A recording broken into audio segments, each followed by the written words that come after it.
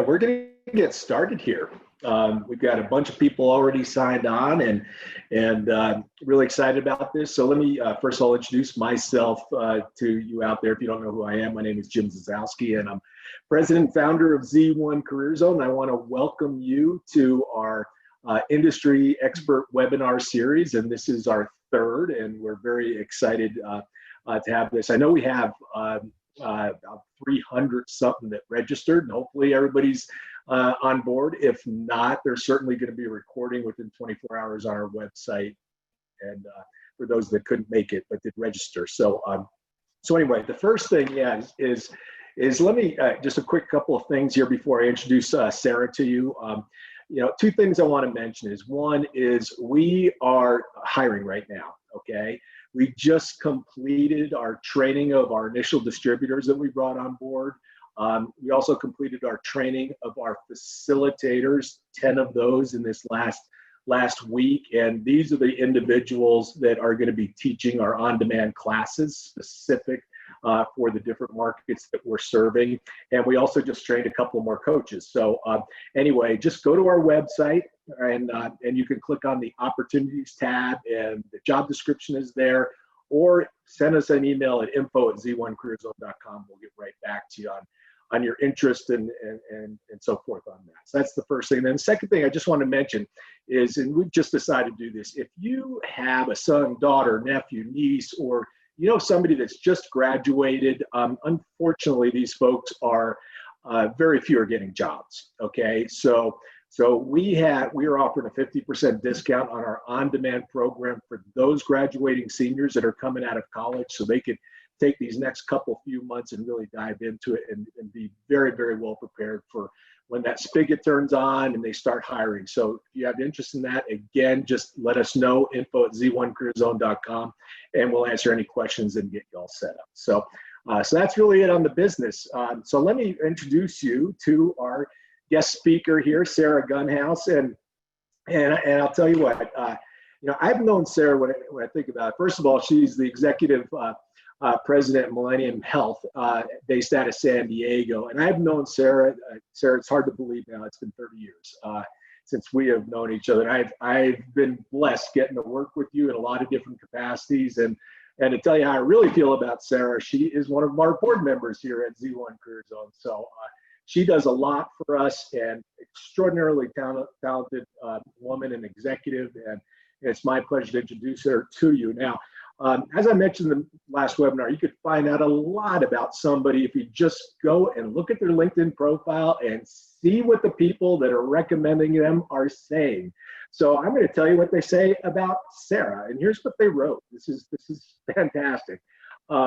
Results-oriented, leader, achiever, collaborator, innovative, successful, great motivator, strong character, integrity, enthusiastic, contagious energy, persuasive, focused, and no nonsense.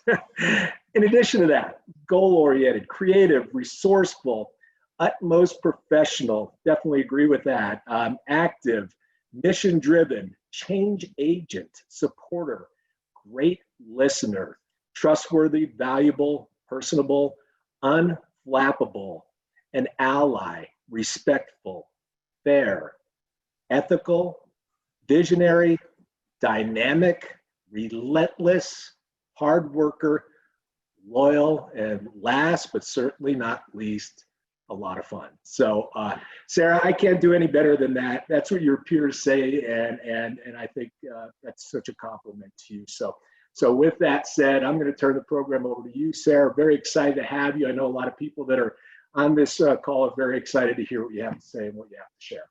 Well, thank you for sharing all that, Jim. And I'm glad all those people I paid put all that nice information on LinkedIn, so my reputation precedes me. Hey, it's really fun to be here with you tonight. And I am sure I know many of you who are listening in to the webinar, and they know me.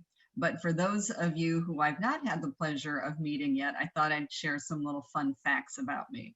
So I am a twin. I pull for the Minnesota Twins. I am from the Twin Cities. And not only am I a twin, but my mother was a twin, My grandmother was a twin, Oh. and I'm married to a twin. So I am kind of an expert in that field, hence the twin slide here. But I know you would rather hear my thoughts about preparing for interviews than about my history. I have interviewed hundreds of candidates over my career, and I still remember the really good candidates, and I remember the not so good candidates. And this is where preparation really makes a difference for you in the outcome of your interview. So tonight we're going to talk about how to best prepare for the interview. When I first shared this presentation, which was probably over a year ago, it was long before anyone had ever heard of COVID-19. And in today's environment, interviews are still happening, but now many of them are video interviews.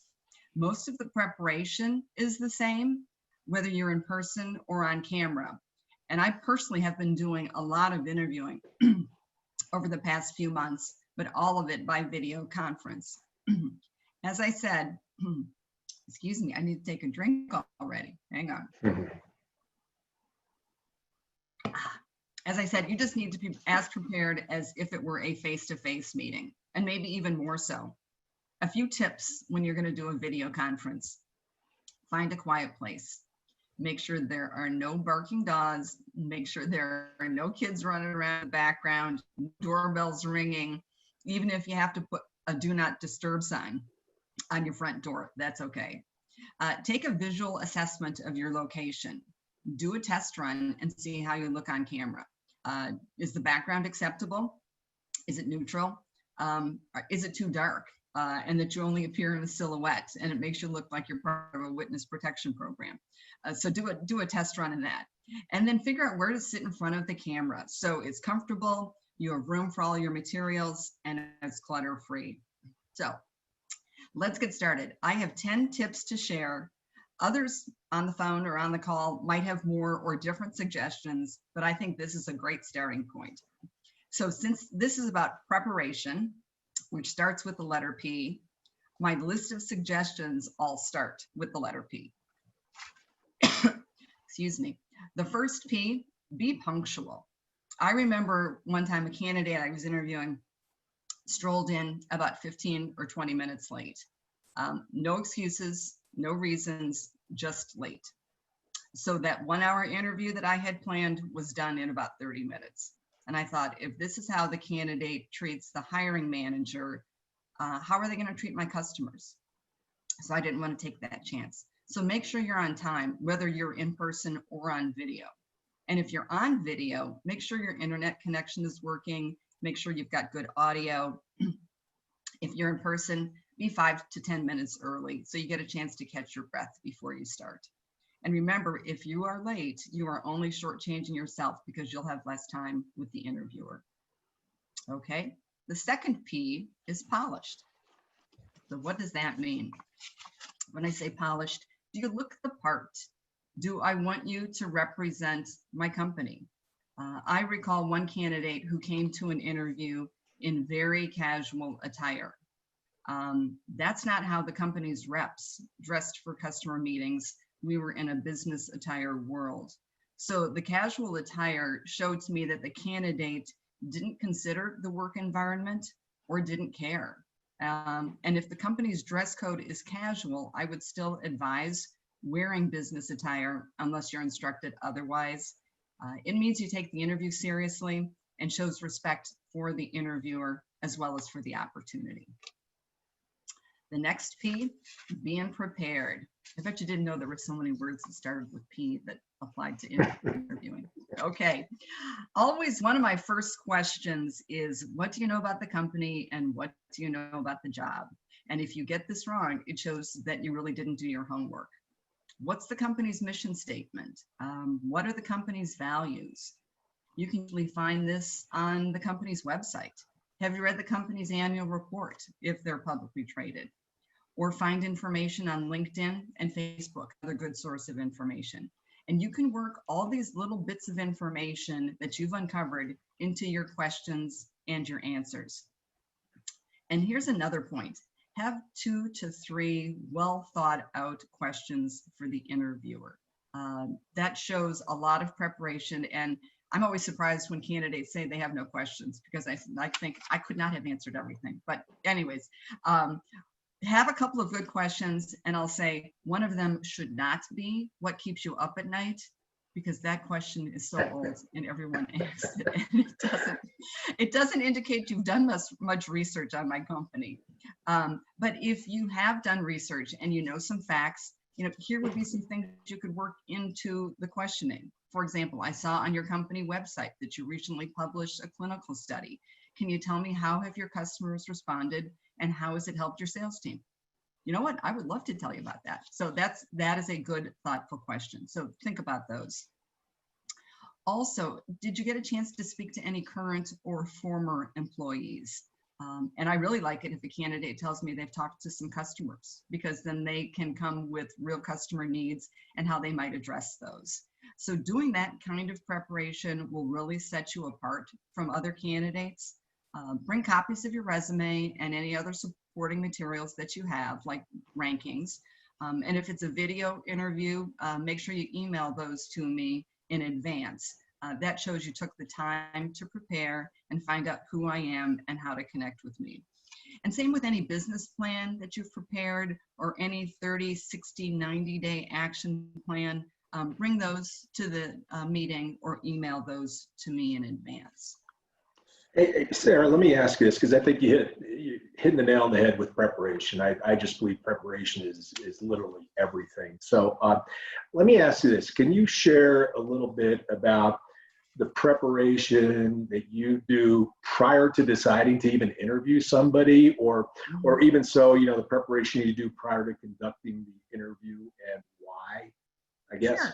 Yeah, well, of course, I will make sure when I look at the resume that they meet the minimum requirements in terms of education and work experience. So that's kind of a given by the time it gets to me. But it is very important for the hiring manager to be prepared. This is absolutely a two-way street. I'm trying to find the right candidate, but the candidate is also trying to find the right company. And I want to represent my company well. I don't want the candidate thinking that I didn't care enough to even prepare or look at their resume in advance. And I actually like to highlight a few items on the resume, because it'll often feed into my questioning. Someone might say on their resume that they're a creative problem solver. Well, bingo, that's going to be a question that I want to know. So give me an example of how you creatively solved a problem. So my preparation, just like the candidate's preparation, will ensure that we've got a production. Okay. Thanks. Mm-hmm. Yep, sure. So the next P, the fourth one, is personality. And with personality, I say, do we make a connection? Do I like you after we've met? My hiring is in the world of sales, so that might be different for different roles for participants in today's call, but the same consideration applies. Can I see you sitting at the table at one of my company meetings or my next sales meeting? Do you fit with the company culture? Doing research on social media can help you make a connection with the interviewer. I do this as well as the interviewer. From looking at your resume, can I find some common ground that helps me make a personal connection, so I can get a sense of, are you likable and are you going to fit with the company? I've heard it said that interviewers will make up their minds in the first 5 minutes about whether they're going to hire a person. And I think that's true probably 90% of the time. Yeah. This slide, Sarah, I really like it, because I think it really speaks about, a couple things: culture fit, right? Value alignment and things like that. So can you share the level of importance of that? Because that goes above and beyond just the flat out criteria for the job and all that kind of stuff. Mm-hmm. It's really about the fit to the organization. How important is that from a hiring manager standpoint, from your standpoint, when you consider candidates on that? Yeah, no, fit is so important. It's really just critical. When a new employee is a fit, they are much more likely to be a long-term employee and be a happy employee, because they feel at home in the organization. They'll be happy that we hired them, and we'll be happy that we hired them. I consider some of the company's values, like for my own organization, integrity, accountability, being customer focused. And if those elements don't seem apparent in the candidate's DNA, that person isn't likely going to thrive in the organization. Mm-hmm. Thanks for that. Okay, very good. So the next P, or fifth P, professionalism. So I start every interview with a specific request. I say, I have your resume in front of me. Please review it from bottom to top in 5, no more than 10 minutes, so I can follow your career progression. And please highlight anything that you think is particularly relevant for this job. Well, I've had candidates who will spend 30 minutes discussing the very first job on their resume. And I know they're nervous, but they haven't prepared to condense years of experience into an impactful summary. So they lost a lot of valuable time focusing on aspects of their resume that weren't all that important and didn't use the allotted time that I had requested they spend reviewing their background. Because every time you go over in certain time allotments, you can't make that up. And that is less time for me to ask you questions and less time for you to ask me questions. An interviewer might see multiple candidates back to back all day long. So if you run out of time, you run out of time. You aren't likely to get more of that, given how the schedules are set. I've also had candidates tell me, unfortunately, how bad their current company was or their former company was. That might be the case, but it isn't an appropriate discussion for an interview. And even if you're not a negative person by nature, it comes across very negative, and I don't want to hire someone with a bad attitude. And lastly, and probably my own pet peeve, but I find it very distracting if a candidate is chewing gum or a mint. To me, it doesn't reinforce a professional image. I know we have talked about that before, Jim, but that's one of the things that just like bothers me. So that's just my I think it would bother a lot of people. my own suggestion. Okay, the 6th P, which is to be precise. Even today, I will write out 5 or 10 questions that I expect to be asked, and then I think about a specific example that will address the question. So as a candidate, make sure you listen to each question so you can answer exactly what has been asked. And it's okay to clarify if you're not sure, if you don't understand what the question is. Ask them to repeat it, and then maybe repeat it back to make sure you have a good understanding. Because when people don't answer the question that I've asked, I'll go back and ask it again until I get the answer that I'm trying to achieve. And if you ultimately don't answer the question, then I will assume you either did not listen well or you didn't have a good answer, and neither of those is a good outcome. Okay. The 7th P is poised. And so some interviewers may intentionally create a stressful environment, so be prepared for that. I personally don't think that that leaves a good impression of the company. It's not a tactic I use, but some people use it, some hiring managers use it as a way to weed out candidates. Questions like, why weren't you as good as your peers? Or you only finished number 2 last year. Why weren't you number 1? Don't be defensive. Just focus on what the results were that you produced and any accomplishments you had in your career to highlight your own good performance.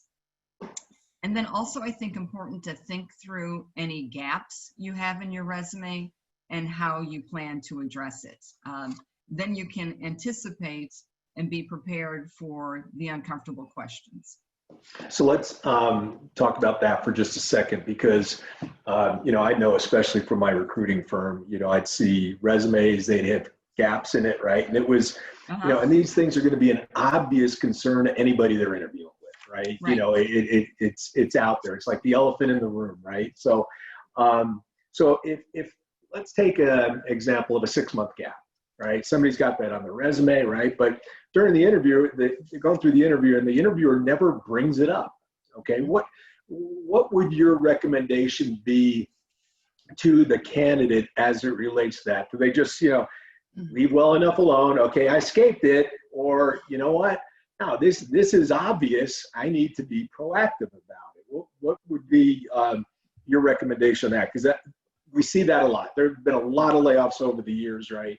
And so what would be your take on that, Sarah? Yeah, no, you said the magic word, it's being proactive. I think the candidate absolutely has to be proactive with the interviewer, because if the interviewer didn't initially see the gap in the resume, they will probably see it when they go back to review the resume after the interview is over. So think through how you're going to address it. Did you take some family leave time to take care of a family member? Was your company acquired? Was your role eliminated? All of those are reasonable explanations and nothing more you really have to add. And if the interviewer doesn't ask, again, you got to bring it up. Address the reasons and answer the question, but don't be defensive about it. And I think sometimes a hiring manager will wait to see if you do bring it up.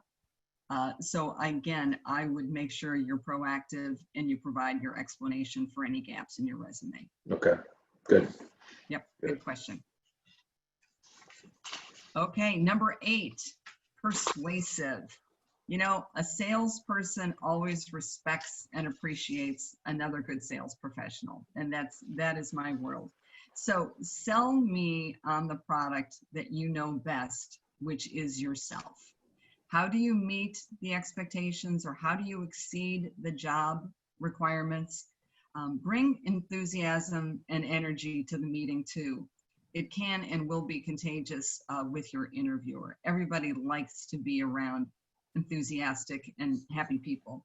And at the end of in any interview that I've conducted, I would rarely ever tell a candidate if they would advance to the next step, just because I would always want to reflect back on the resume before I made that commitment. But there were a few people in my career who came in who were so prepared and so enthusiastic that the tables would actually turn and I would start selling them on the job and on the company. And when that happens, you know you've left a good impression. That's great. Okay, the next P is positive. I want to hire someone who's positive. I want someone that has a can-do attitude. So bring that same energy to the meeting. Make eye contact. I'm still surprised at how many candidates will look over my head or down at their papers or across the room and don't really look me in the eye, which is, I think, very important to set that connection with the interviewer. Don't fidget, don't tap your pencil, don't chew on a pencil, that kind of thing. And be enthusiastic.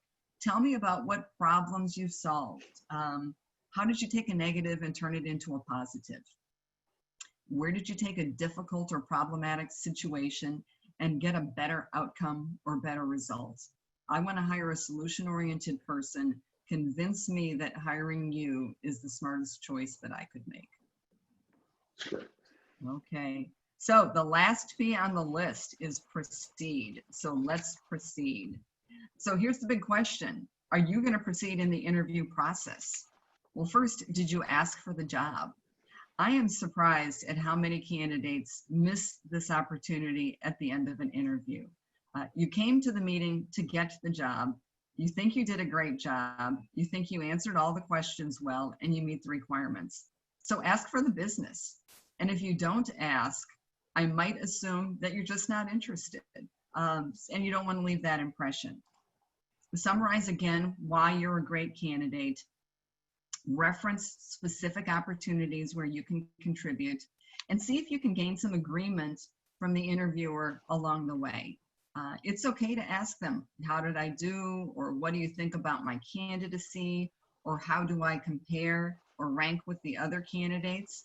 As an interviewer, I always appreciated that question. And I will tell you where I think you bring value, but I'll also tell you where I see gaps in your experience. And then that's your opportunity to address them before you leave the meeting. And just make sure you check to see if there are any unanswered questions or concerns that the interviewer might have. And you can use that in your summary. I think I've presented my experience well, but is there anything else, Mr. Interviewer, Mrs. Interviewer, that I need to do to show you why I would be the best candidate?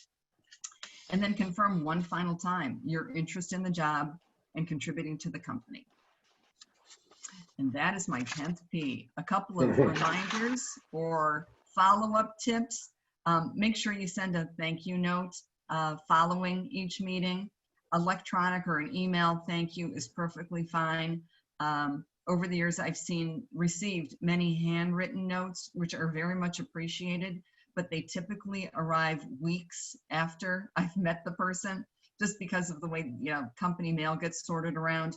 So I would say, doing it in a timely manner by email is perfectly acceptable. Check your notes, and hopefully you've been taking notes throughout the meeting.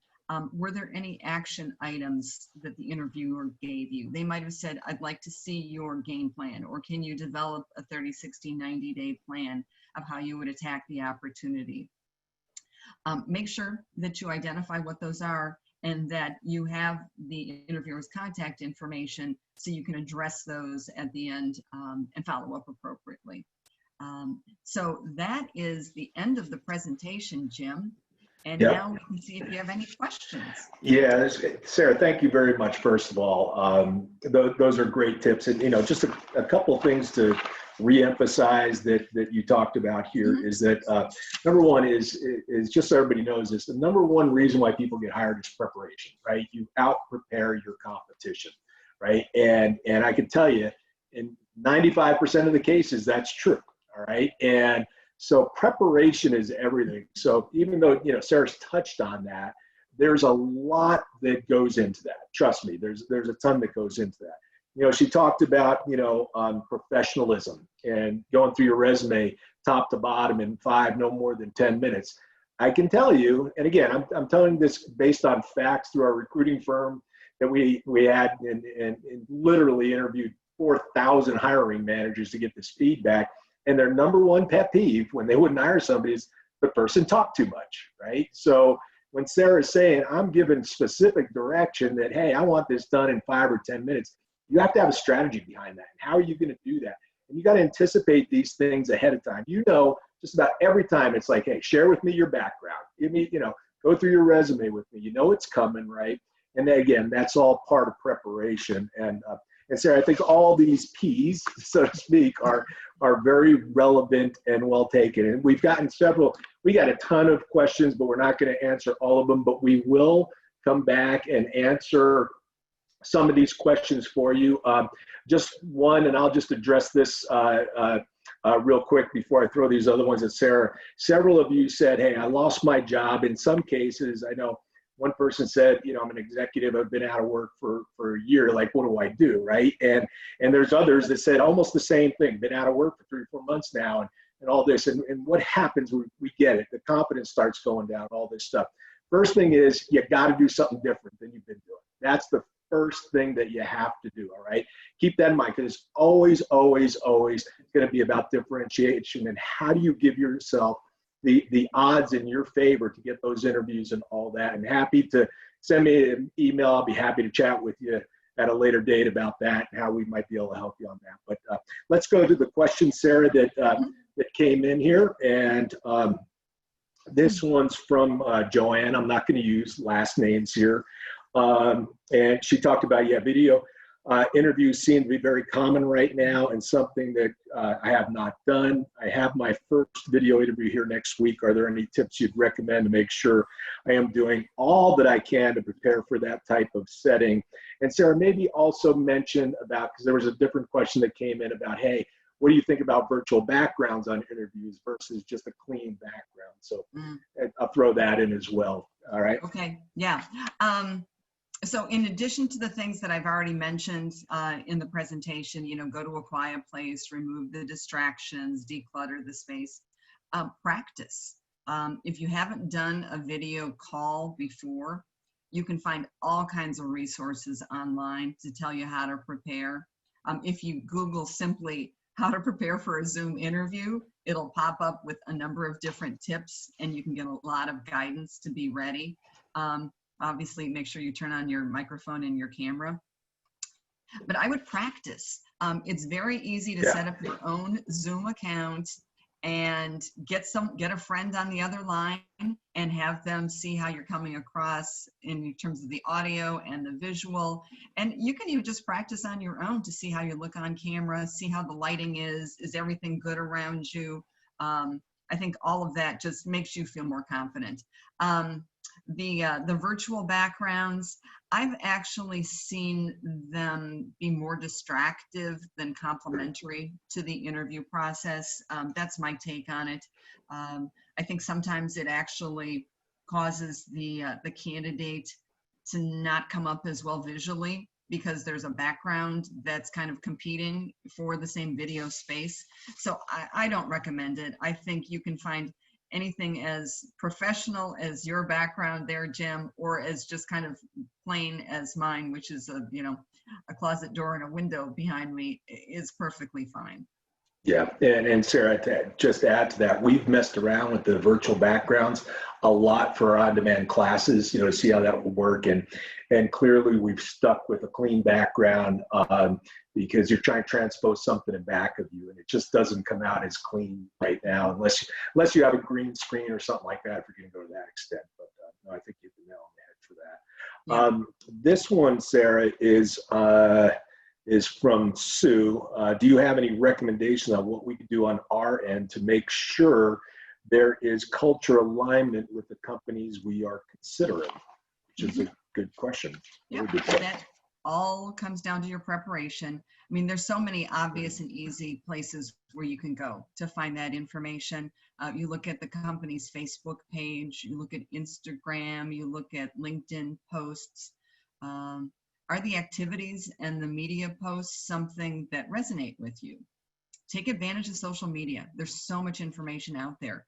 Does the company support any philanthropies? Have you seen different employee engagement around different charities or events that the company shares in any of these social media posts? There's a lot to be learned just through some simple homework. I'd also suggest that you tap into your network of contacts. See if you can speak to any current or former employees to get their feedback. I found that to be very helpful because you can find information on social media, but nothing better than talking to someone live and asking questions and get people's thoughts, either current or former employees, to help you get a better sense of what the company culture is all about. Great. This isn't a question. It says, no question. I just want to let you know, Sarah, that you did a great job. So I'll throw that one in. Thanks, Dad.